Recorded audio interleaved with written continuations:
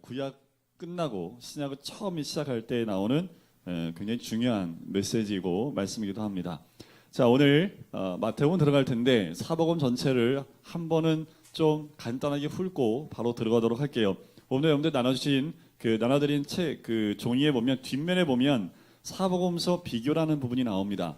그 비교를 보고 우리가 같이 볼 텐데, 자, 첫 번째가 뭐냐면 우리가 함께 지금부터 나눌 말씀이 복음서입니다. 복음서.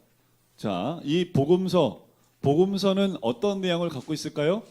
요 복음을 가지고 있는 책, 그것이 복음서입니다. 복음서가 총 몇 개가 있을까요? 4개가 있어서 무슨 복음서라고 그래요? 사복음서라고 얘기합니다. 다시 말씀드리지만 사복음서의 핵심 내용이 뭐라고요?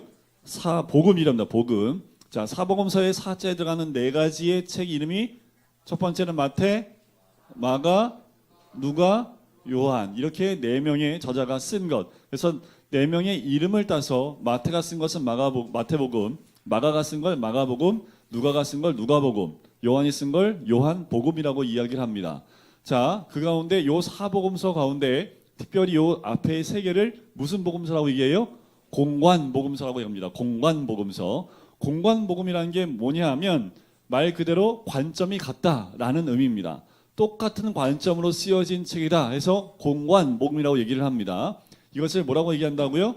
공관복음이라고 얘기를 해요. 똑같이 복음의 이야기를 쓰고 있는데 요 3개의 복음서만은 같은 관점을 쓰고 있다. 가장 중요한 핵심 포인트가 뭐냐 하면 하나님의 나라에 대해서 쓰고 있는 책이다라고 보시면 됩니다.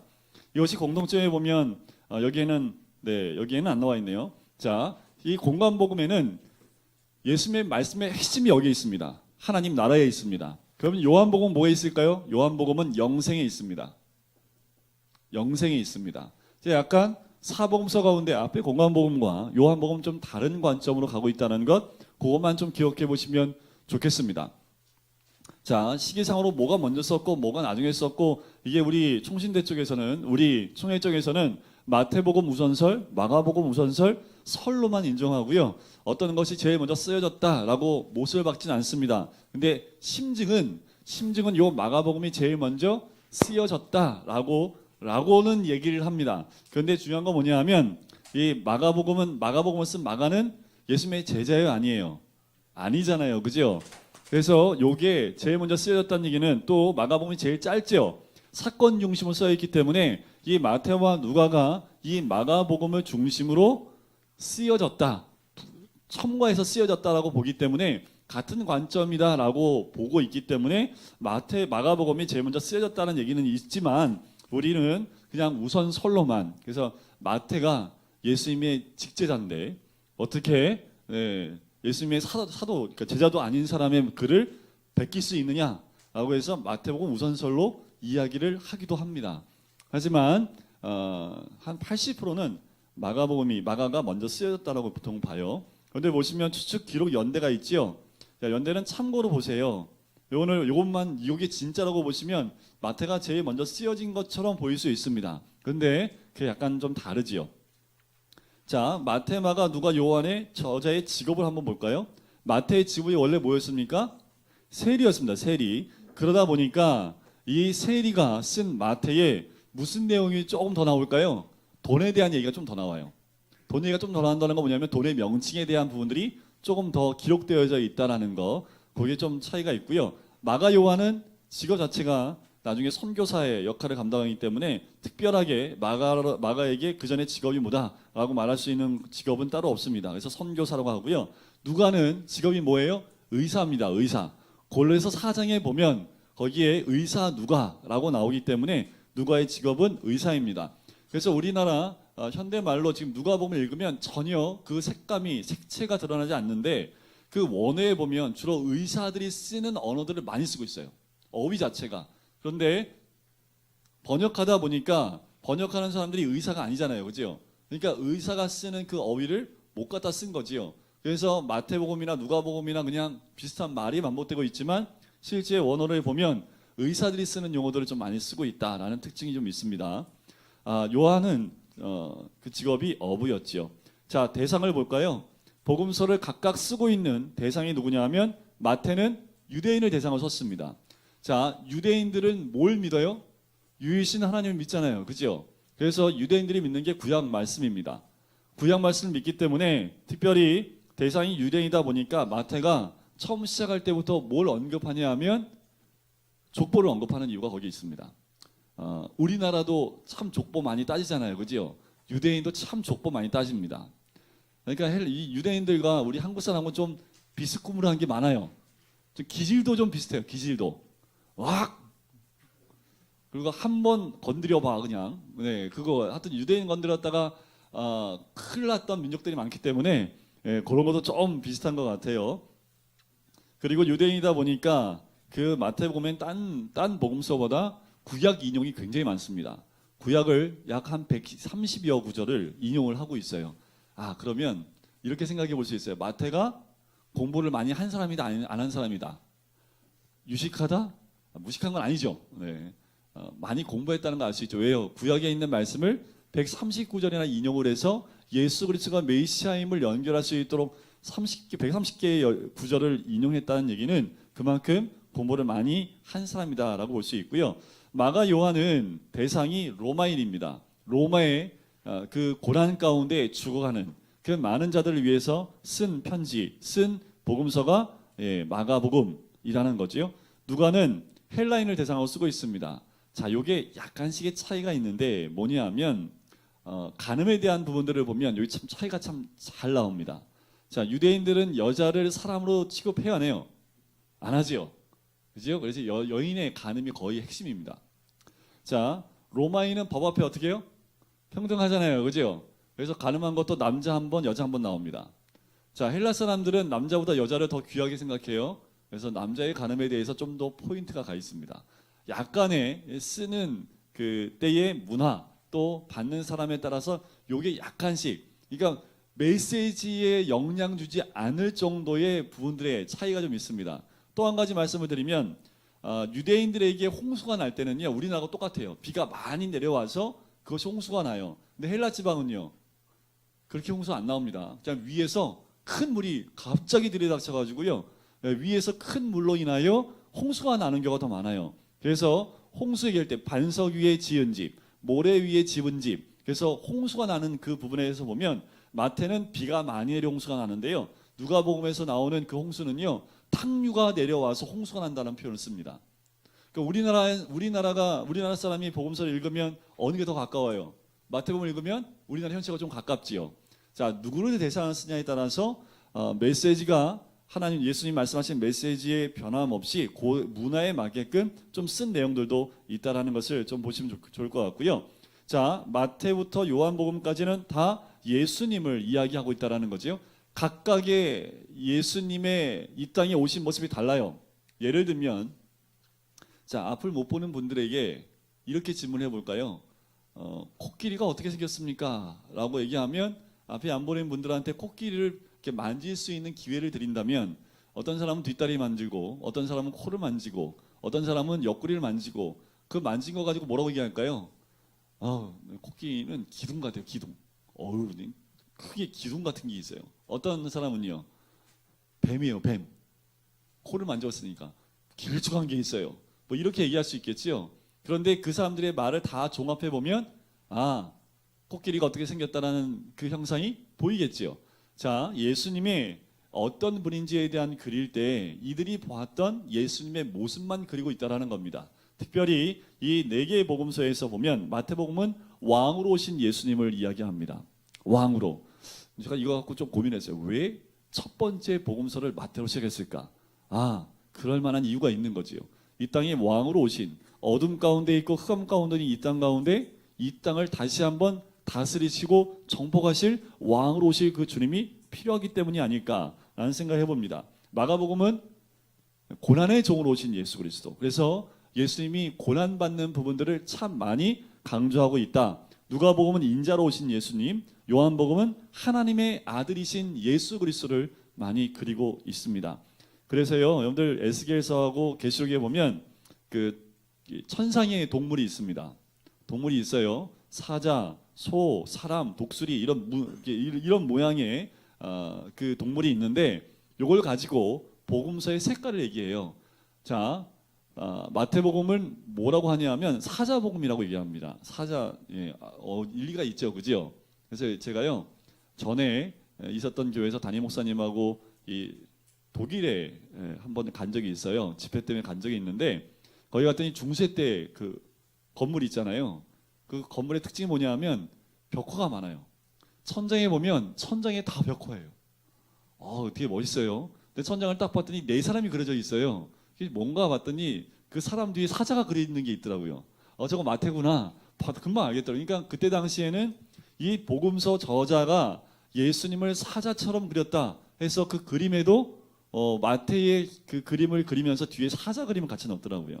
누군지 모르죠. 어떻게 생긴지 모르니까. 근데 사자 보니까 저 사람이 마태구나 라는 걸 알 수 있습니다. 그렇게 그때 당시에는 예수님의 형상을 이런 것으로 표현을 했고요. 이 장신대 같은 경우는 이 사자복음서라는 거 아예 명칭을 하는데 저희는 많이 쓰진 않죠. 마가복음은 종으로 오셨기 때문에 소복음이다라고도 얘기하고요. 누가복음은 사람복음, 요한복음은 독수리복음. 근데 뒤에는 잘 안 하고 사자복음을 주로 많이 얘기를 하지요. 특징을 보시면 마태는 설교가 많고요. 마가는 기적이 많습니다. 누가는 비유가 많고요. 요한복음은 가르침이 굉장히 많아요. 특별히 요한복음하고 공관복음은 완전히 다른 내용을 쓰고 있습니다. 그래서 여러분들 요한복음 펴 보시면요. 여러분들 비싼 성경책은 예수님 말씀이 무슨 색깔로 되어 있어요? 빨간색으로 되어 있죠. 요한복음 다 빨간색입니다. 그러니까 가르침 내용이 굉장히 많아요. 그래서 다 빨간색으로 되어 있습니다.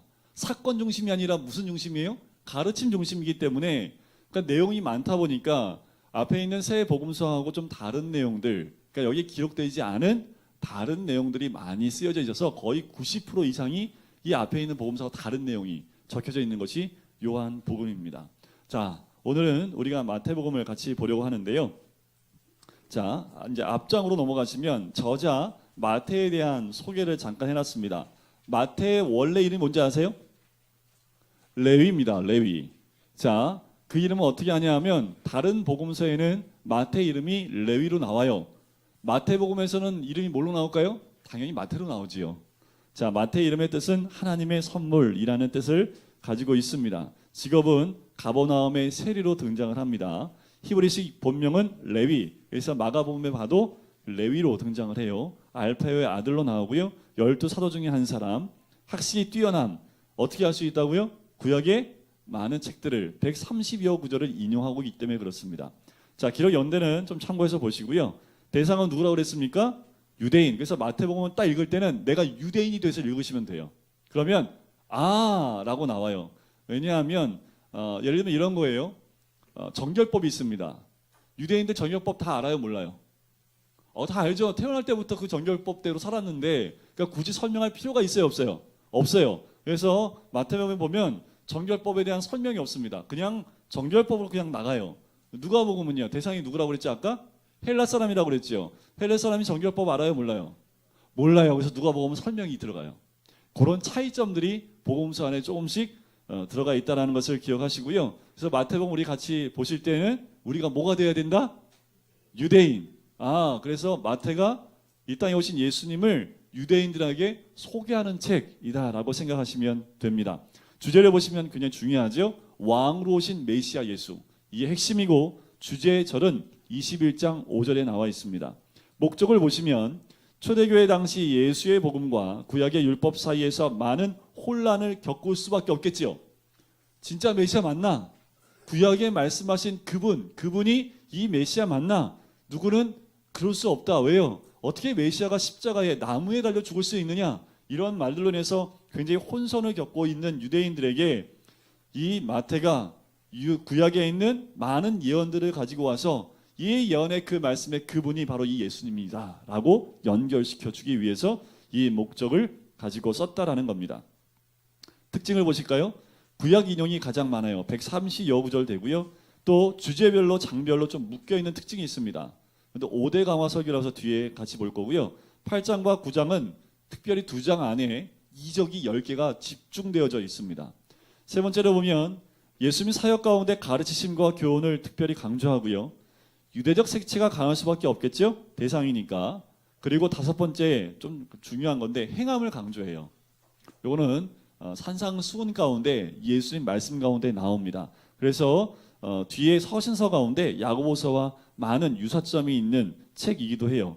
자, 애용어가 있습니다. 애용어. 마태가 주로 많이 쓰는 말, 사람, 아들, 하늘, 천국, 둘, 하나가 아니라 둘. 왜 그러냐 하면 유대인들은 무엇인가 증언을 하거나 증언으로 채택되려면 혼자만의 말로는 증언으로 채택이 안 됩니다. 지금도 뭐 마찬가지지만 유대인들은 몇 명이에요? 최소한 두세 사람. 그래서 다른 데는 한 명인데 마태복음만 둘로 나오는 경우가 몇 군데 나옵니다. 그거는 제가 성경을 보면서 좀 안내를 해드릴게요. 시험 문제 이게 많이 나왔던 거예요. 근데 신대원 들어갈 때 이게 둘 나오면 이건 무조건 마태. 그러니까 내용이 공간 부분이 너무 비슷하기 때문에 이게 그 비슷하면 교수님들이 몰래요? 어디냐 이게 요 말씀 딱 주고 어느 복음서냐? 근데 이 사건은 똑같이 나오니까 근데 그거 어떻게 다 외워요, 그죠? 거기에 특색이 있는 것이 마태는 둘이라는 표현이 들어가는 특징이 또 있습니다. 다른 복음서에 비해서 돈의 명칭이 나온다고 그랬죠? 그리고 다른 복음서에 나오지 않는 그 교회라는 명칭이 나와요. 교회. 자, 이 교회라는 명칭은 에클레시아라는 그 헬라 말인데 이게 언제 나오냐면요. 마태복음 16장에 보면 베드로가 신앙 고백을 하죠. 그리고 그 신앙 고백의 반석 위에 우리 주님 뭐라고 하세요? 뭘 세우시겠다? 교회를 세우겠다라고 얘기해서 처음 16장에 교회라는 말이 처음 언급이 됩니다. 그 18장에 가면 18장은 제자 설교라고 해서요. 교회에서 어떻게 신앙생활하고 그 교회 생활에 대한 부분이 나오기 때문에 거기서 보면 교회라는 말이 두 번이 언급됩니다. 그래서 이 마태복음은 조금 더 교회라는 말이 많이 나오기 때문에 교회 복음서 또 교회 안에서의 삶이 나오기 때문에 그렇게 얘기를 합니다. 그 율법의 유효성을 율법이 끝난 것이 아니라 율법이 유효하다는 유효성을 강조하고 있습니다. 5대 강화 설교는 5가지인데요. 산상보훈 여러분들 아시겠지요? 산상보훈 5장부터 7장까지 나옵니다. 두 번째는 파송 설교예요. 파송. 이게 뭐예요? 제자를 둘씩 묶어서 파송을 보냅니다. 파송을 왜 보낼까요? 자, 요거는 제가 이제 팁을 드리는 거예요. 파송을 왜 보낼까요? 파송 왜 보내요? 전도하려고. 전도해서 뭐 하려고요? 전도물 열어야죠. 그죠? 그러니까 10장에 쓰여 있는 겁니다. 네, 심각하게 듣다가 바람이 한번 쭉 빠지는. 근데 이렇게 하면은 몇 장, 파송자 10장이 나오지. 이렇게 이거 까먹지 않습니다. 그러니까 전도로 파송을 하는데 전도문을 열어야 될 거 아니에요, 그죠? 닫혀 있으니까 열어야지. 그러니까 10장에 적혀 있어요. 야, 그러면 천국 비유는 천국 가려면 뭐가 필요해요? 복음의 열쇠가 필요하지요. 그러니까 몇 장에 기록해 있어요? 13장. 저거 토요일 날 공부했던 분들은 이게 탁탁 나오셔야 되는데 벌써 까먹으셨나 봐요. 자, 제자 설교가 있습니다. 제자들한테 하는 설교, 공동체 설교인데, 자, 여러분들 설교할 때 제가 가끔 양팔 드는 경우는 축도할 때고 한 팔 들고 설교할 때가 가끔 있죠, 그죠? 한 팔 드니까 18장이 나오는 거죠. 네. 종말은 우와 종말이네. 종말 이네. 이게 또 적으셔야겠네. 종말 이네. 종말 이네잖아요, 그죠? 그러니까 24장이 나와요, 종말이. 24장, 25장. 그래서 요게 5대 강화 설교가 참 중요합니다. 예수님이 마태복음에서 강화 설교한 부분이 5군데에 모아져 있기 때문에 요 장들은 몇 장에 나왔는지 좀 기억해 놓으시면 다른 교회 성도들하고 좀 차별화가 되겠죠, 그죠? 너 5대 강화 설교 알아? 너 천국 비유 몇 장이 나오는지 알아? 네, 열쇠는 가르쳐 주지 마시고 13장으로만 얘기하시면 됩니다.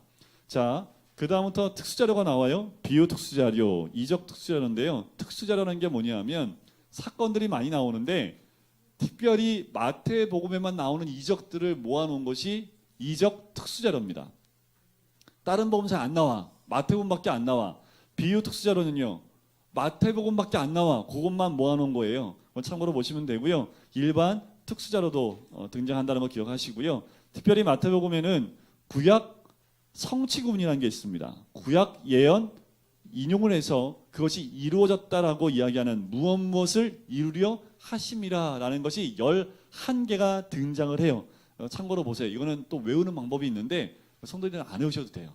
안 외우셔도 돼요. 이거는 신대원 시험 보는 사람들은 제가 외우게 만드는데 우리는 몰라. 안 외우셔도 돼. 그냥 11개의 구약을 인용해서 그분이 예수님이구나 라고 연결하는 구약을 성취하는 구문이 있다라는 정도만 이야기 좀 알고 계시고 제가 본문에서 쭉 설명해 나가면서 말씀을 드리도록 할게요. 또 가상치론을 모아놨어요. 예수님이 십자가 위에서 하신 말씀이 총 7번인데 그게 복음서마다 다 7개 다 들어갔으면 얼마나 좋을까요? 그죠?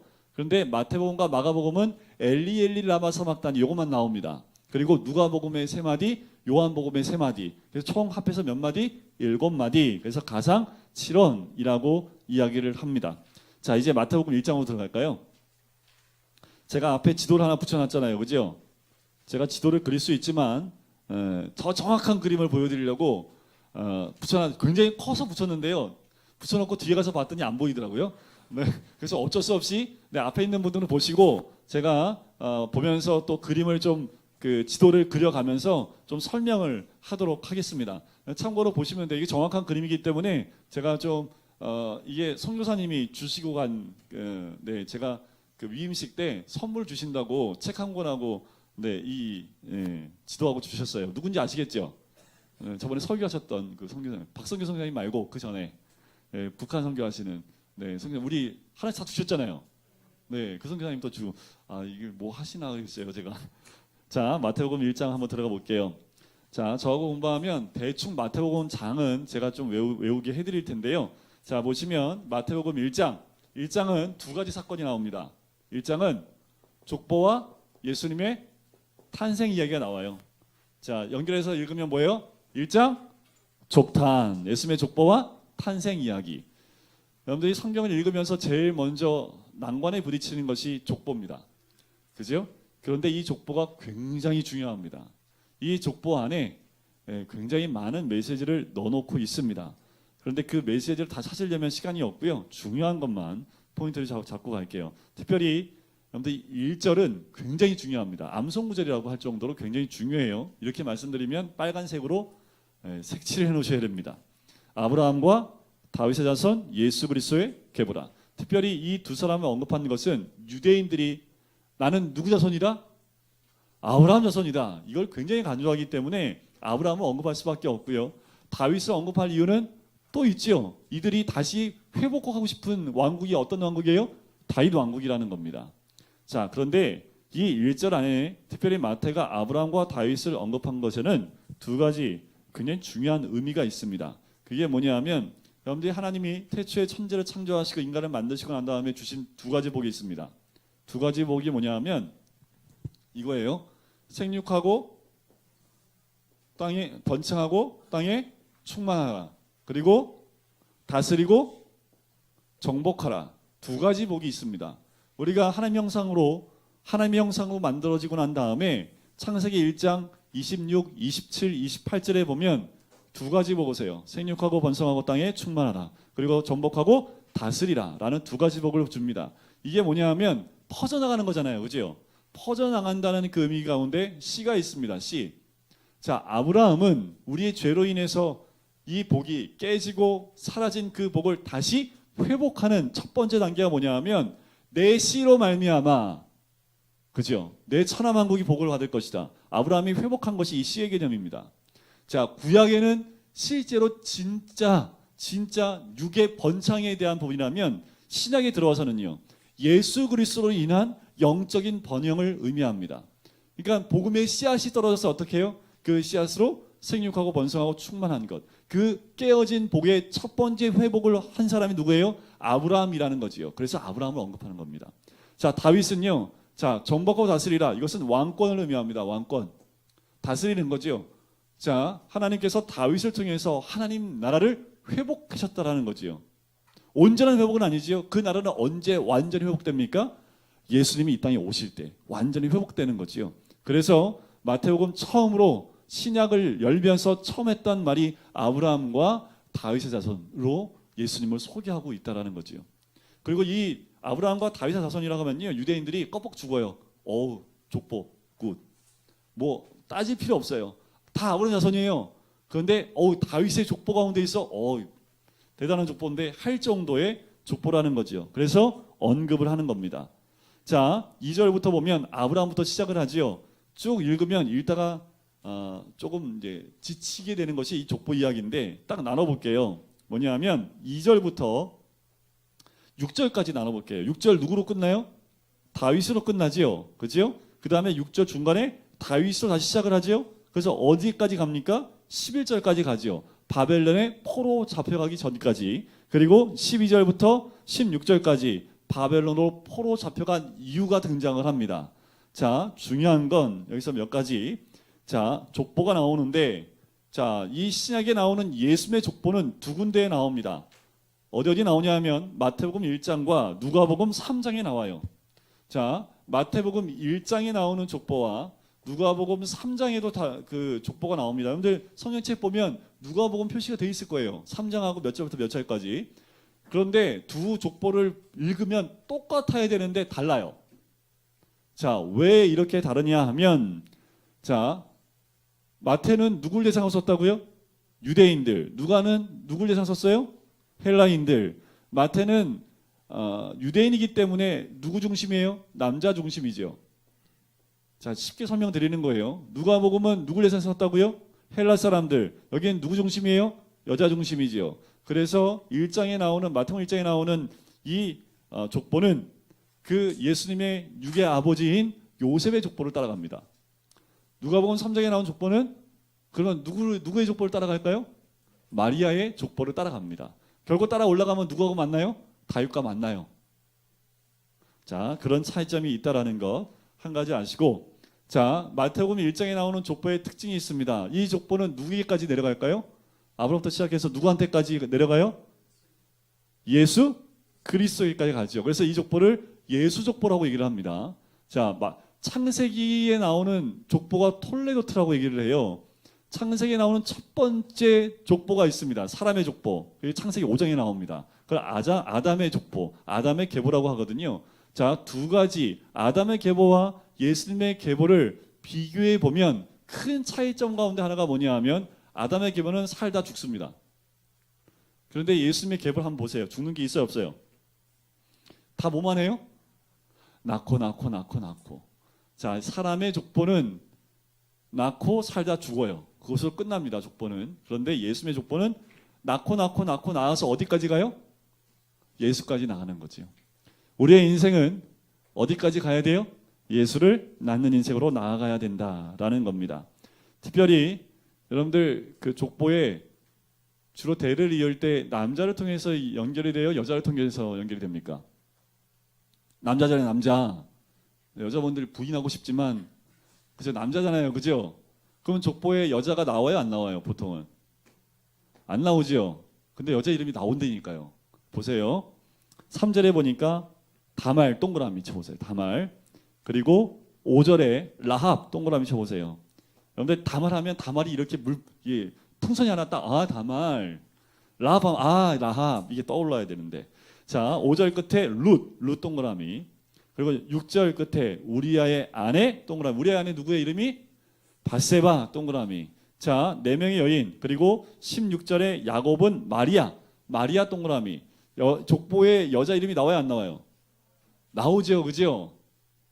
우리 애들만 대답하나 나오지요, 그죠? 자, 이 여자들을 보니까 어때요? 나올 법한 여자들이에요? 나오면 안 되고 숨기고 싶은 여자들입니까? 자, 다말은 누굴 통해서 자녀를 낳았어요? 시아버지. 시아버지, 그죠? 라합은 원래 유대인이에요, 아니에요? 라합은 어디서? 원래 직업이 뭐예요?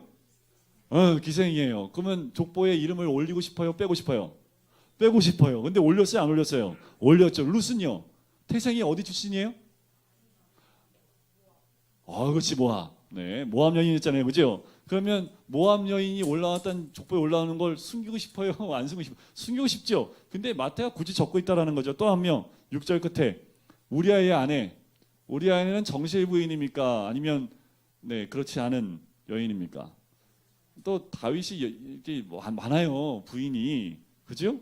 그런데 굳이 우리아의 아내를 통해서 한 이유가 뭘까라는 거지요. 여러분들 이 여인의 이름보다는 아브라함의 아내의 이름이 올라가는 게 맞지 않아요? 사라? 사라. 대단한 믿음의 여인이죠, 사라. 그죠? 라헬. 라헬. 이렇게 끄떡일 수 있지 않습니까? 근데 그 여인의 이름은 하나도 안 나온다는 거죠. 왜일까요? 중요한 것은 이들이 있는 구약의 메시지를 좀 보시면 다 이들이 자기의 욕심을 차린 여인이 한 명도 없습니다. 다말이 자기의 정욕을 채우기 위해서 시아버지하고 잠을 잤습니까? 아니요. 대를 잇기 위한 거지요. 그 대는 어디까지 연결되는 대입니까? 계보입니까? 예수 그리스도의 그 계보를 연결하는 그 대를 잇는 거지요. 여기에 그래서 나오는 거예요. 자, 또 한 가지 특징 6절 보면 왕들의 이름이 나오는데 왕이란 이름이 붙은 사람은 딱 한 명밖에 없습니다. 누구예요? 다윗밖에 없죠. 그죠? 다윗 왕이죠. 하나님이 인정하시는 왕은 다윗과 같은 사람 한 명이라는 의미도 있습니다. 자, 스킵하고 이제 넘어갈게요. 고맙죠. 그죠? 16절 보세요. 16절이 되게 중요합니다. 자, 16절 한번 같이 읽어볼까요? 시작. 야곱은 마리아의 남편 요셉을 낳았으니 마리아에게서 그리스도라 칭하는 예수가 나시니라. 여기서 여기 물음표가 있어야 돼요. 왜냐하면 계속 누가 나왔어요? 아빠가 나요? 엄마가 나요? 아니, 지금 여기 족보에는 누가 나요? 아빠가 났지요. 그런데 예수님은 누구한테 났어요? 야곱은 마리아의 남편 요셉을 낳았으니 마리아에게서 누가 나요? 그리스도죠. 여태까지는 누구에게서 났어요? 아버지에게서 났는데 유독 예수님을 소개할 때만 누구에게서 났다고요? 마리아에게서 났다고요. 그 말은 무엇을 의미합니까?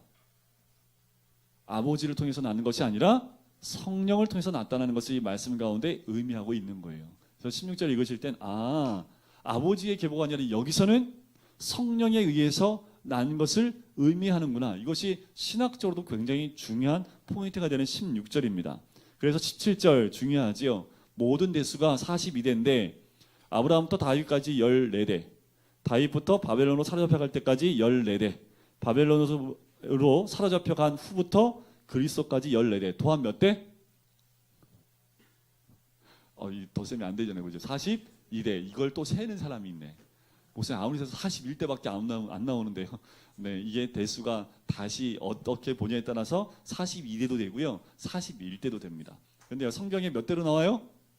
42대. 그럼 세지 마세요. 그냥 42대로 믿고 가시면 되지. 그 다음에 예수님의 나심에 대한 얘기가 나옵니다. 자, 18절에 보시면 예수 그리스도의 나심은 이러하니 하면서 예수님이 나시는 장면이 나옵니다. 자, 마태복음은 대상이 누구라고요? 다시 제가 말씀드린 거예요. 유대인이라고 그랬죠. 그러면 글을 쓸 때도 누구 중심을 써요? 아들 그리고 남편, 남자 중심을 쓰겠죠. 그래서 예수님의 나심에 대해 소개할 때 마태복음은 누구에 대한 이야기가 나와요? 그 아버지 야곱에 대한 이야기, 요셉에 대한 이야기가 나옵니다. 자, 그 요셉, 예수님의 육의 아버지였던 그 요셉은 의로운 사람이다라고 나오지요. 자, 그에게 20절에 보면 현몽하는 사건이 나옵니다. 왜냐하면 자기가 아내로 맞이할 마리아가 어떻게 해요?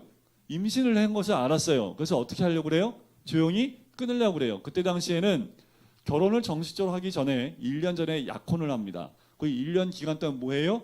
정결하게 하는 기간을 잡아요. 그때는 약혼을 했기 때문에 같이 동침하지 않습니다. 그 기간 가운데 혹시라도 아기를 가지면 이거 뭐 한 거예요? 부정한 거지요. 둘 중에 하나입니다. 유대법은 돌에 맞아 죽어요. 밝혀지면 이 남편 요셉이 이건 내 아들 아닙니다 하고 공개적으로 확 던져버리면 마리아는 돌에 맞아 죽습니다. 또 한 가지는 아내로 맞이하겠다고 한다면 그 아기는 누구 아들이라는 얘기예요? 자기 자녀라는 거지요. 아직 결혼도 하기 전에 아기를 가졌어요. 그러면 이스라엘에서 왕따가 돼요. 살아갈 수. 그래서 이 예수님의 어머니 가족이 굉장히 못 살았습니다. 어떻게 할 수 있어요? 제사를 지내는데 뭘 드려요? 제물을? 비둘기. 비둘기는 누가 드리는 거예요? 극빈자가 드리는 게 비둘기입니다. 자, 다윗이 하신 요셉에게 성령으로 된 것이라고 현몽을 합니다. 21절 중요합니다. 자, 아들을 낳을 것인데 그 이름을 뭐라고 해요? 예수라 하라. 그가 자기 백성을 그들의 죄에서 구원할 자. 자, 예수를 구약에서는 누구하고 이름이 똑같을까요? 두 사람이 나옵니다. 두 사람. 여호수아 그리고 호세아. 원래 여호수아 이름이 뭐예요? 호세아입니다. 호세아. 그죠? 그 이름을 여호수아로 얘기를 하죠. 호세아서에 나오는 그 호세아. 이름의 뜻과 예수의 이름의 뜻과 같습니다. 죄에서 구원할 자라는 거지요. 자, 그러면서 23절에 보면 이사야 7장 말씀을 인용을 합니다. 보라, 처녀가 잉태하여 아들을 낳을 것이요. 그 이름을 뭐로 한다고요? 임마누엘 하나님 나오는데, 자, 엘이 뭐예요? 임마누엘은 히브리 말이에요. 엘이 뭐예요? 엘은 무조건 하나님입니다. 그래서 요새 애들 이름 가운데 엘자드라는 애들이 좀 있어요. 그죠? 그건 하나님의 이름을 따려고 엘이라는 이름을 쓴 거예요. 그래서 한문에는 없어요. 그죠? 순수 한글로 엘을 넣지요. 자, 임은 뭔지 아세요? 임? 이렇게 외우시면 돼요. 임과 함께. 그래서 임이 히브리 말로 함께라는 뜻을 갖고 있습니다. 그럼 마누는요? 우리라는 뜻이 있습니다. 그러니까 하나님 우리와 함께 하신다라는 말이 임마누엘. 우리 하나님이 가장 원하신 게 뭐예요? 우리와 함께하기 원하시는 임마누엘. 그래서 그 이름을 임마누엘이라. 요셉이 그것을 알고요, 마리아를 데리고 옵니다. 하지만 아들을 낳기까지 동침하지 않아요. 그리고 낳으니 그 이름을 예수라 하니라 하면서 1장이 마무리가 됩니다. 자, 2장 넘어가면 2장 장제목은 이렇습니다. 2장은요, 1장 장제목 뭐라고요? 족탄, 족보와 탄생. 2장은 이동하는 돈방박사 이야기가 나와요. 돈방박사가 이동하면서 나옵니다. 자, 이 돈방박사 우리가 알고 있는 거 몇 명? 성경에 안 나와요. 성경에 3명이라고 절대 안 나와요. 근데 왜 3명이라고 할까요? 예물이 몇 개니까? 3개니까. 그래서 3명일 것이다. 그래서 뭐 돈방박사가 원래 4명이었는데 이런 얘기 나오는데, 성경에는 돈방박사들이라고 나오지 돈방박사 3명 이렇게 안 나와요. 자, 돈방박사가 누구냐? 돈방박사의 직업이 뭘까요? 그렇죠. 별 따라 쫓아으니까 천문학자일 거 아니에요. 그러면 이 천문학자들은 누구의 후예였을까? 학자들에 의하면 이 돈방박사들은 누구의 후예냐 하면, 저 앞에 구약에 보면 발람 아세요? 발람?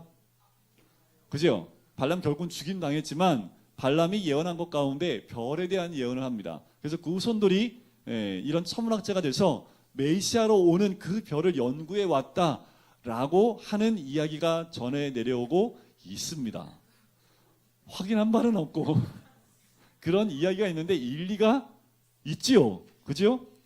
여기에 살고 있는 유대인도 아니고 저 바벨론 저쪽에 있는 이 사람들이 와서요, 오는데, 자, 어떤 길로 오냐 하면, 여기에 보면 여기에 지금 사해고요, 염해, 여기에 갈릴리 바닷가, 저 위쪽에 가면 메로모스가 있습니다. 근데 이쪽 동쪽에 있는 요 길이 있는데 이게 왕의 대로예요. 왕의 대로라면 굉장히 넓겠죠. 많은 사람들이 다니는 길입니다. 요 옆에 보면 요렇게 해안가를 따라서 내려오는 길이 있는데 이게 해변길이라고 해요. 해변길. 아우, 이건 모르셔도 돼요. 그냥 이제 안내해 드리는 거니까. 또 여기 중간 정도서부터 길이 하나 연결이 되거든요. 이거 족장길이라고, 족장길. 자, 그러면 돈방박사가 무슨 길을 따라려 왔을까요? 지금 뭐 찾으러 왔어요? 왕의 별을 따라왔잖아요. 그죠? 이거 가지고 모티브해서 우리 드라마 찍은 거 하나 있는데. 드라마를 안 보셔서 잘 모르시는군요. 저도 그냥 그렇게, 드라마가 여기서 모티브 딴 거거든요. 네. 그러니까 뭐 타고 왔을까요? 왕의 대로를 타고 오는 거예요. 별을 따라서 오는데 왕의 대로를 타고 왔을 것이다 라고 생각을 해요. 자, 오다가 이들이 누구한테 바로 가냐 하면 예루살렘으로 바로 갑니다. 왜 그랬을까? 별이 그들을 예루살렘에 인도했을까? 그렇지 않습니다. 그렇지 않다고 여기 보면 중간에 다시 이들이 예루살렘에 나왔을 때 별이 인도하거든요. 근데 왜 예루살렘을 갔을까? 유대의 왕으로 오시는 분이 어디 있겠습니까? 예루살렘에 있겠지. 아마도 이 돈방박사는 그래서 예루살렘 가는 바람에 아기가 많이 죽어요.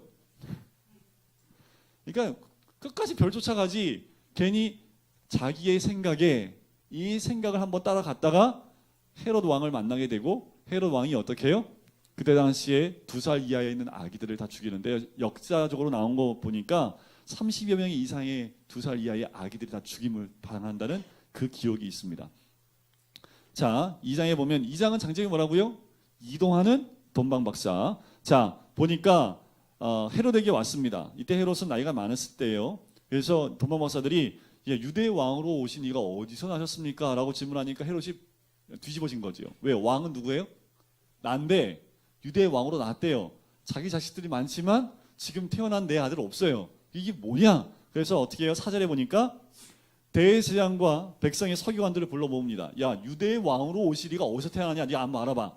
했더니 정확하게 미가서 5장 2절 말씀을 딱 가지고 옵니다. 6절. 또 유대 땅 베들레헴아. 그러면 어디서 태어난다는 거예요? 베들레헴 정확히 알지요. 베들레헴아, 이 말씀을 누가 가지고 왔다고요? 누가 가지고 왔다고요? 대제사장과 서기관들이 가지고 왔다고요. 그러면 이들은 예수님이 어디서 태어난지 안다 모른다? 알고 있다, 정확하게. 그런데 그 내용을 누구한테 지금 꼰질르고 있어요? 이상하지 않으세요? 유대인들은 누구를 지금 대망하고 있어요? 메시아. 근데 메시아가 어디서 태어난지 알아요, 몰라요? 알아요. 근데 뭐만 몰라요? 때만 몰라요. 장소는 알아요. 근데 중요한 건 때와 장소가 맞아야지 만나지.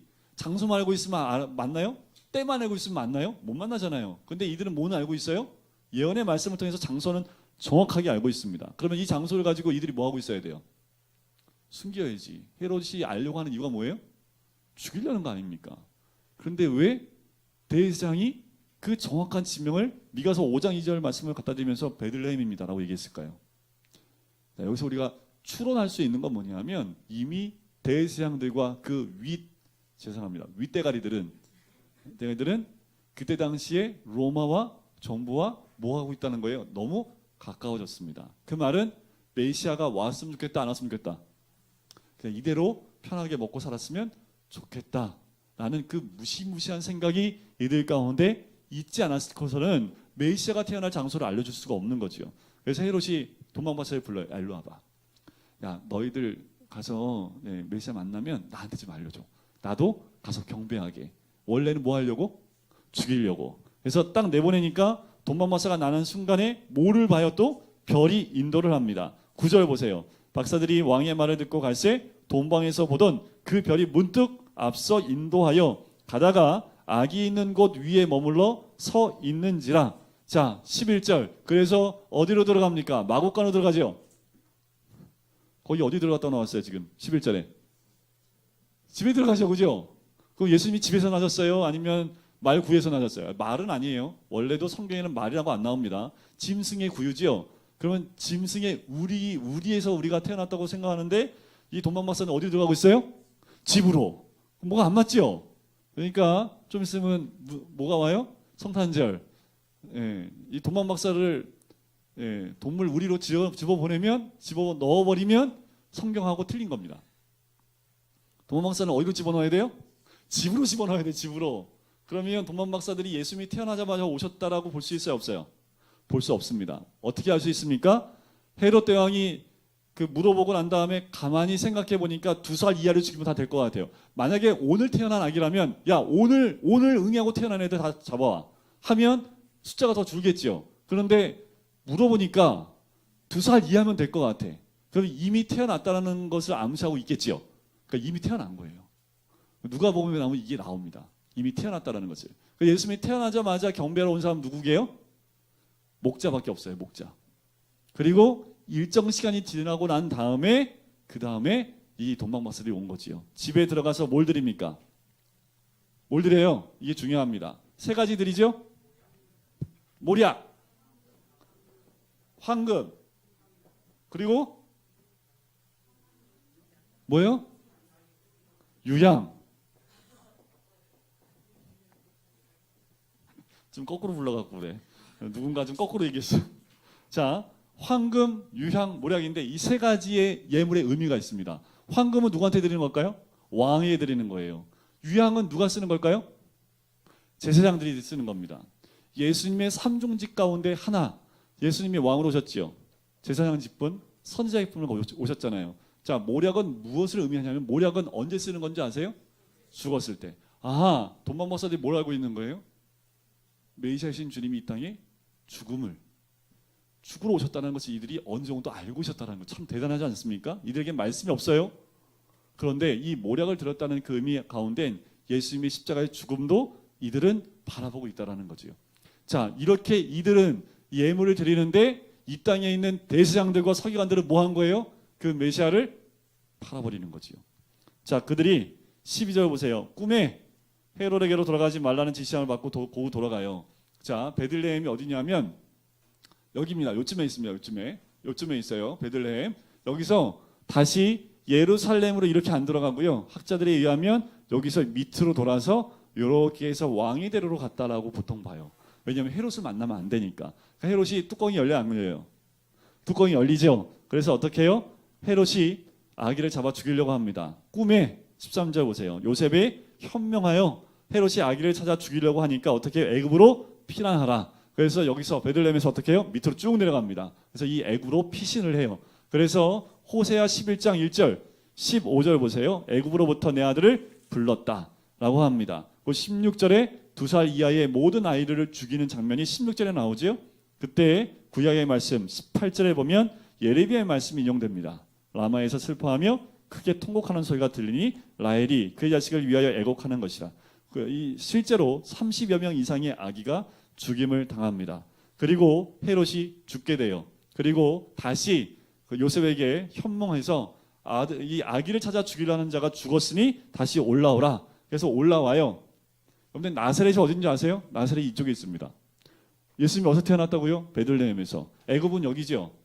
그래서 올라오다 보니까 누가 왕이 됐대요?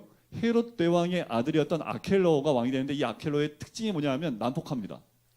헤롯이요 아들이 많은데 똑똑한 놈은 다 죽여요. 왜냐하면 자기를 죽이고 왕이 될 것 같으니까 아들 다 죽여버립니다. 그러니까 뭐만 남았을까요? 똑똑하지 않은 애들만 남은 거예요. 그러니까 성격이 좀 포악해. 그래서 올라오다 보니까 아켈로가 왕이 됐대요. 그래서 어떻게 해요? 어디로 가요? 이리로 가지 않고 나사렛으로 가는 거죠. 나사렛은 누구의 고향일까요? 어머니 마리아의 고향입니다. 그래서 나사렛이라는 곳에 가서 하시고 예수님의 이름을 뭐라고 해요? 나사렛 출신, 나사렛 예수, 그 이름이 나오게 된 겁니다. 자, 이게 2장의 내용입니다. 2장은 전체가 이 마태복음에만 나오는 내용이 2장의 내용입니다. 자, 여러분들 3장은 가야죠. 3장. 3장은 3이라고 읽지만 또 다르게 뭐예요? 셋. 그러니까 세례 요한이 나와요. 세례 요한. 자, 2장부터 3장 요 사이는 몇 년이 흘렀게요? 몇 년? 대략 30년이 흐릅니다. 30년. 30년 후에 누가 등장을 합니까? 그때에 세례 요한이 등장하지요. 회개하라 천국이 가까이 하느니라. 감사하게도 저번 주와 이번 주에 세례 요한에 대한 이야기를 했잖아요. 그죠? 좀 생략을 하면서 한 가지만 말씀을 드리면 오늘 했던 말씀인데 뭐냐 하면 예수님이 왜 요단강가로 나왔을까라는 거예요. 여러 가지 의미로 제가 설교를 들었기 때문에 그걸 생략을 하고요. 다시 이 그림을 좀 그리면 갈릴리가 이렇게 있고요. 하부 요단강, 이게 삼부 요단강입니다. 하부 요단강을 쭉 내려오면 여기에 사해가 이렇게 있어요. 사해가 이렇게 있습니다. 자, 여기가 뭐냐면 사마리아 땅이에요. 사마리아. 유대인들은 사마리아 땅 자체를 밟질 않아요. 왜냐하면 이들은 하나님께 저주받은 민족, 지옥 갈 백성이기 때문에 그 땅에 발을 들이지도 않습니다. 그럼 여기 갈릴리에 있는 유대인들, 이건 어떻게 보면 여기 유대 땅에 있는 사람들에게서 멀리 떨어져 있죠.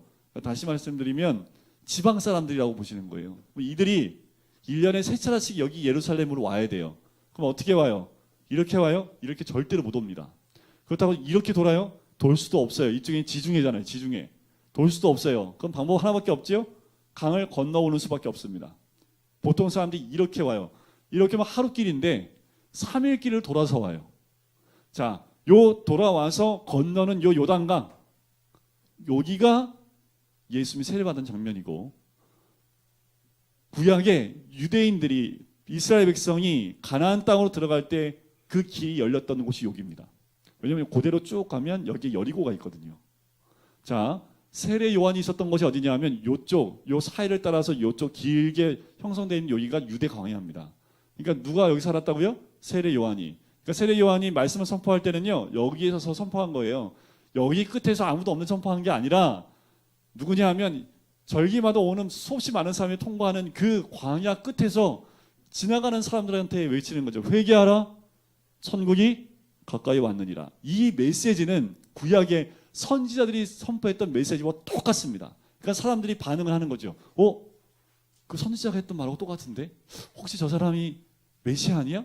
라는 그 생각과 함께 사람들이 세례 요한의 말에 귀를 기울여서요, 이 사람들뿐만 아니라 이쪽에 있는 사람들, 여기 있는 모든 사람들이 세례 요한에게 다가옵니다.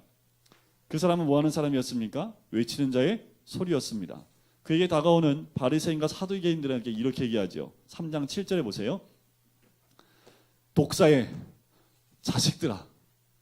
우리 예수님은 한술 더 드셔서 독사의 새끼들아 라고 얘기하십니다. 성경에 나와 있어요. 제가 한 말 아니에요. 성경에 예수님이요 바리새인하고 사두개인, 여기 사두개인 거기는 서기관들한테 이 독사의 새끼들아라고까지 얘기를 하세요. 첫 맞을 세례원이 한 거, 독사의 자식들아. 회개에 합당한 열매를 맺으라. 이게 세례의 조건이었습니다. 이미 9절 끝에 보니까 돌들로도 아브라함의 자손이 되게 하시리라. 10절에 보시니까 이미 도끼가 나무 뿌리에 놓였으니 뭐예요? 심판이 임했다라는 거죠. 11절에 보세요. 이미 너희로 회개하기 위하여 물로 세례를 베푸는데 내 뒤에 오시는 분은 성령과 불로 너희에게 세례를 베푸실 것이다. 이미 손에 키를 들고 타작 마당을 정하게 하사 이게 뭐예요? 키질은 우리 어르신들 키질 해보셨죠? 우리는 키가 뭔지 모르지. 오줌 싸면 쓰는 거로밖에 몰라요. 애들은. 네, 제가 설교할 때 간혹 오줌 싸면 쓰는 게 키라고 했기 때문에 그 키 뭐 하는 거예요? 이렇게 치면 알곡은 무거운 건 안쪽으로 들어오고 가벼운 건 밖으로 떨어지잖아요. 자, 이 마지막 때의 심판의 메시지입니다.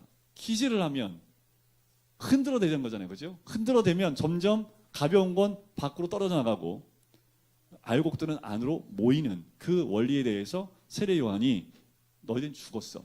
이건 거예요. 세례 요한이 야 나는 물로 하지만 그분은 성령과 불로 하는데 그분 오면 너희들 당장 키질로 이제 끝난 거 아니에요. 영원히 꺼지지 않는 불, 도끼가 이미 너희 나무 뿌리에 놓인 거 알지는. 죽었어 니네들. 지금 세례 요한이 이렇게 겁주고 있는 거지요. 근데 그때 막 그렇게 선포하고 있는데 누가 온 거예요? 그쪽에서? 군주들 가운데 반짝반짝 빛나는 한 분이 딱. 그 군중 가운데 뭐가 하나가 영롱하게 빛나는 한 분이 딱 나오죠. 그분이 누구예요? 예수님. 세례 요한이 예수님을 알았어요. 그래서 그 얘기하는 거죠. 내가 당신에게 세례 받아야 되는데 당신이 내게 옵니까? 그때 예수님이 모든 의를 위해서 그냥 그렇게 하자 하고 세례를 받고 난 다음에 오늘 있었던 것처럼 세례를 받으시고 물에서 올라오시는데 여기는 하늘이 열리잖아요. 그죠? 마가복음은 뭐라고 했어요? 하늘이 갈라져요. 그러니까 마태가 좀 많이 배운 것 같지 않습니까? 하늘이 열리는 거 보니까. 네. 그리고 표현을 보세요. 하나님의 성령의 비둘기 같이 자기 위에 임하심을. 그죠? 자, 마가복음은 뭐라고 나와요? 성령의 비둘기 같이 내리시고. 근데 여기는 임한다라고 나왔죠. 그러니까 그 말이 그 말이에요. 그러니까 내린다라는 말, 그것도 임한다는 의미가 있다라는 거죠. 갈라진다는 말에도 그 의미가 있듯이. 자, 하늘에 소리가 있습니다. 이는 내 사랑하는 아들이요 내 기뻐하는 자라. 제가 오전에 설교하신 말씀드린 대로 두 가지 의미가 있다고 말씀을 드렸습니다. 자, 4장까지만 하고 조금만 참으세요. 오늘 약속한 장까지는 제가 가야 돼서. 자, 4장은 되게 간단해요. 자, 세례 끝났으니까 어디로 가야 돼요, 예수님이? 광야로 가야죠. 광야 왜 가요? 시험 받으러. 자, 4장은 시험입니다. 시험. 자, 여러분들 시험 중에 제일 어려운 시험 문제 아세요? 사시.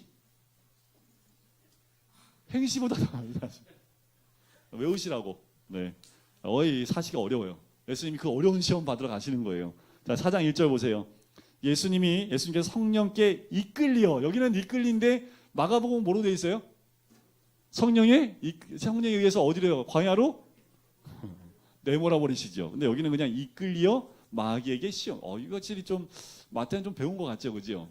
근데 마가는 좀 못 배운 것 같지 않습니까? 그런 의미는 아니고요. 좀 급해요, 마가는. 그래서 말을 좀 언어를 쓰는 것도 좀 약간 마태하고 좀 다른 언어를 쓰고 있는 그 특징이죠. 그래서 그걸 딱 주면 이게 마가복음이다라는 특징이 바로 나와요.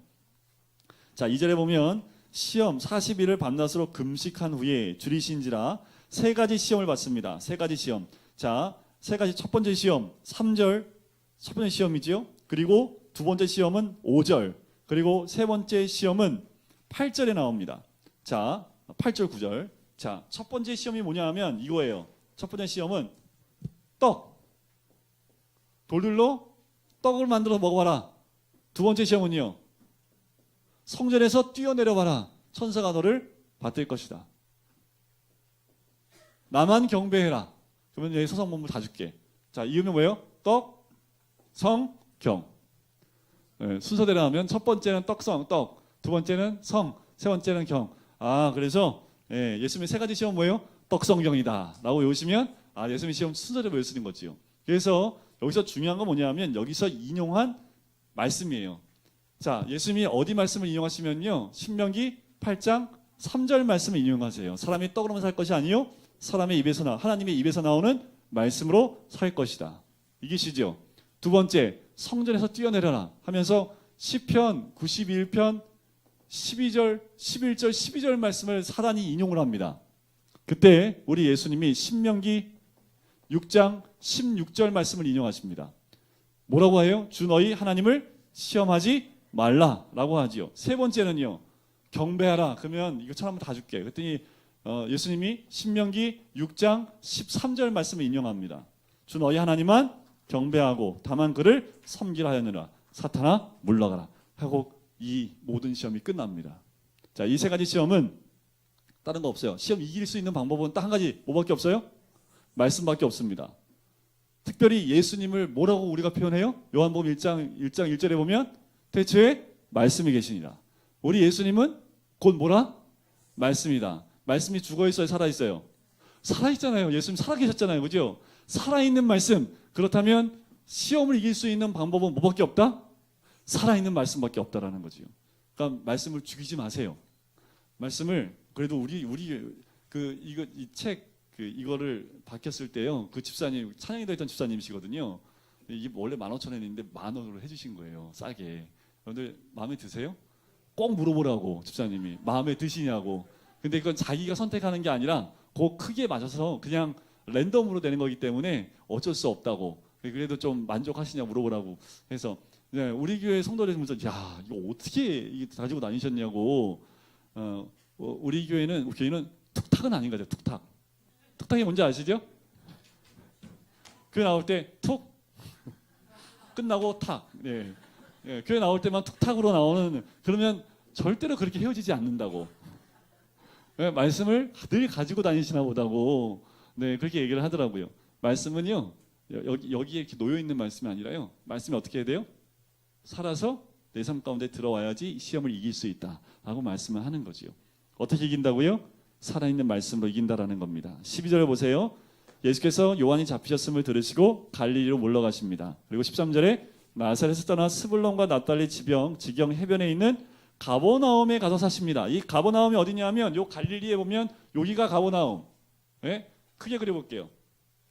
갈릴리가 이렇게 생겼어요. 생긴 게 하부여단강, 삼부여단강인데 갈릴리가 이쪽에 있습니다. 갈릴리, 가버나움에 가서 사십니다. 그러면서 네, 구약 말씀 이사야 9장 1, 2절 말씀을 인용을 합니다. 특별히 16절 보세요. 흑암에 앉은 백성에게 무엇을 보았고 큰 빛을 보았고 사망의 땅과 그늘에 앉은 자들에게 무엇이 비쳤도다? 빛이 비쳤도다. 그럼 예수님 이거로 뭐예요? 빛. 천지를 창조할 때 첫 번째 창조가 뭐였어요? 빛. 고린도서 4장 6절에 보면 그 빛이 곧 예수 그리스도가 하는 빛이라. 첫 번째 날 그 첫째 날 그 뭐예요? 이 창조는 결국 무엇을 의미하는 거예요? 예수를 아는 빛을 비추는 것. 그것이 첫 번째 창조입니다. 여러분들 첫 번째 창조는 다 되셨나요? 아직 창조가 첫 번째 날이 아직 오지 않으셨나요? 흑암과 공허와 혼돈 가운데 아직 계신가요? 아니면 첫 번째 창조인 예수님을 아는 빛이 이미 여러분들 비추셨습니까? 그렇다면 이미 첫 번째 창조 우리 삶 가운데 이루어졌다라는 거지요. 그래서 여기도 보면 예수님 빛이라고 나온 거지요. 17절. 이때부터는 아포토테라는 헬라 말인데요. 마태복음에 딱 3번밖에 안 쓰입니다. 딱 3번 쓰여요. 언제 쓰이냐면 예수님의 큰 변화가 닥칠 때, 그러니까 뭔가 큰 변환점이 있을 때 이 아포토테라는 이때부터가 나오는데요. 지금 큰 변화가 있는 거죠. 이게 공생이 시작하니까 이때부터 예수님이 비로소 선포하시는데 누구하고 똑같이 해요? 회개하라, 천국이 가까이 왔다. 똑같이 얘기를 합니다. 그리고 바로 가서 하신 게 뭐냐면 18절부터 22절까지 제자를 부르세요. 그러니까 4명의 제자, 베드로, 안드레, 야고보, 요한을 부르면서 나를 따라오라, 내가 너희를 사람을 낚는 어부가 되게 하겠다 하면서 예수님의 3대 사역이 23절에 나옵니다. 중요한 건 뭐냐면 3대 사역이 뭐냐면 가르치며, 그죠? 가르침에 갓동그라미, 천국 복음을 전파함에 전동그라미, 백성 중에 모든 병과 모든 약한 것을 고치시고의 곧동그라미. 뭐 한 거예요? 가전고 하신 가전고. 3대 사역. 가전고. 자전거 말고 가전고. 이렇게 해야지 좀 외우기 편하시죠. 가르치고 전파하고 고치는 사역. 이 똑같은 사역이 9장 35절 또 나와요. 그래서 구장할 때 제가 말씀을 드리겠습니다. 이 소문이 온 수리아에 퍼집니다. 다 퍼져서 그 중풍병과 모든 간질자와 모든 사람이 다 오는데 어디서부터 나오냐면 25절 마지막 절 보시면 갈릴리. 자, 갈릴리가 어디입니까? 갈릴리. 여기가 갈릴리예요. 갈릴리 호숫가. 그리고 그 다음에 어디예요? 지명이? 데가볼리. 데가볼리가 이쪽입니다. 이 데가볼리. 네, 데가볼리. 그 다음에 어디예요? 예루살렘 어디예요? 예루살렘. 예루살렘 여기잖아요. 여기 예루살렘. 그리고 유대지요. 유대는 여기 전체 다입니다. 그러니까 예수님의 소문이 어디에 퍼진 거예요? 전국 방방곡곡에 다 퍼졌더라라는 얘기가 이 말입니다. 그래서 전국 방방곡곡에서 요단강 건너편에서까지 수많은 무리가 따른다. 전국 방방곡곡에서 모든 사람들이 누구를 보러 온 거예요? 예수님을. 근데 중요한 건 이제 다음 주에 들어갈 5장인데 그 많은 사람들이 몰려왔을 때 그들을 데리고 뭐 했을까요? 5장 1절을 보세요. 무리를 보시고 어디가 앉으세요? 산에 올라가 앉으십니다. 이 말은 뭐냐면 당시에 율법학자들이 말씀을 선포했던 모습이에요. 앉아요. 그러면 주변에 있는 많은 사람들이 그 말씀을 듣기 위해서 앉습니다. 그 많은 사람. 요거 한 가지만 하고 마칠게요. 다음 주에 어차피 말씀을 드려야 되는 부분이니까 먼저 말씀을 드릴게요. 여러분들 이때 확성기가 있어요, 없어요? 이때 이 팔복산이라는 곳에 수많은 무리들 최소한 2만 명이라고 얘기도 하고 더 많다고도 얘기합니다. 몇천 명 이상은 돼요. 육성으로 그 사람들한테 어떻게 다 얘기해요? 아니, 목사님 예수님 신인데? 이렇게만 얘기해도 각 사람 계속 속삭이게 할 수 있죠. 예수님인데. 그거는 기적이고요. 어떻게 이게 가능할까? 그래서 우리는 비행기를 타고 이스라엘에 가봐야 돼요. 갔다 오신 분의 말을 들어보니까 우리 전사님 내년에 가시겠네. 부러워 죽겠어. 전 못 갔어요. 돈 없어갖고. 근데 돈 빌려서 가야 돼. 돈 없어서 안 갔더니 후회가 되더라고요. 네, 무조건 돈 빚내서 가야 돼요. 이스라엘. 그때 안 가면 못 가니까. 자, 뭐냐 하면 거기 팔복산에 가면요. 우리는 산 하면 대충 이게 산이죠. 그죠? 그런데 캐나다 가서 산이라고 하면 이 산은 산이 아닙니다. 여기는 언덕입니다. 언덕. 근데 우리가 캐나다 가면요. 뒤로 넘어가요. 산이 너무 높아갖고. 유대인들이 산이라고 하잖아요. 그런데 누가복음 보면 산으로 안 하고 들로 나와요. 유대인들은 산이야. 근데 헬라 사람들이 보면 저건 산이 아니야. 너무 낮아. 들이야, 들 그냥. 근데 이렇게 돼 있어요. 이렇게 돼 있는데 그리고 여기가 요단강이 아니라 갈릴리 바닷가예요. 자, 이게 왜 중요하냐면 이것만 하고 자, 저녁만 되면 바람이 바뀌어요. 저녁에는요 바람이 이렇게 육지에서 바다로 붑니다. 아침에는요 거꾸로 바다에서 육지로 바람이 불어요. 왜 제가 이 말씀을 드리냐면 요거는 누가복음 5장에 나와요. 요거는 마태복음 5장에 나와요. 자, 누가복음 5장에서는 배에 앉아서 육지에 있는 사람들을 향하여 말씀을 선포하는 장면이 나와요. 그때 베드로의 배를 빌리는 장면. 그죠? 그때 베드로가 나는 죄인으로서이다 라고 말했던 그 장면. 왜 그랬을까요? 그때가 아침이에요. 그것만 보면 아침이구나. 왜 밤새도록 기무줄 했는데 물고기 한 마리 못 잡았잖아요. 그러니까 아침이라는 걸 알 수 있죠. 근데 왜 배 위에 올랐을까? 바다에서 육지로 바람이 불기 때문에 거기서는 똑같아요. 여기서는 저녁 때 여기서 한 2km 정도 떨어져 있는 곳에요. 여러분들 이제 성지순례 가면 그땐 그랬대요. 한 2km 저 앞에서 누가 얘기를 하는데 이거 떼고 안녕하세요 하면 여기서요. 그러니까 저녁에 이 바람을 타고요. 그 목소리가 바람을 타고 쭉 내려오는 거예요. 그러니까 안 들릴 때가 있는데 차가 지나가면 안 들린대요. 웃으라고 한 말인데 아무도 안 웃어요. 심각하게 와요. 그러니까 조용하면 여기서 예수님이 산 위에 올라가 앉으시지요. 그 다음에 제자들이 앉습니다. 많은 사람들이 이게 쭉 펼쳐 앉는 거지요. 마이크 없이 그냥 선포하시고 얘기하셔도요. 이 바람에 의해서 모든 사람들의 귀에 속삭이듯이 애기만 안 울면 돼. 떠들지만 않으면 야 조용히 해봐. 귀담아 들으면 예수님의 말씀을 그대로 이 팔복의 말씀 그리고 이 산상수의 말씀 다 듣는 거지요. 다음 주부터 이 귀중한 산상수훈의 말씀을 한번 나눠보도록 하겠습니다. 우리 기도하고 마칠까요?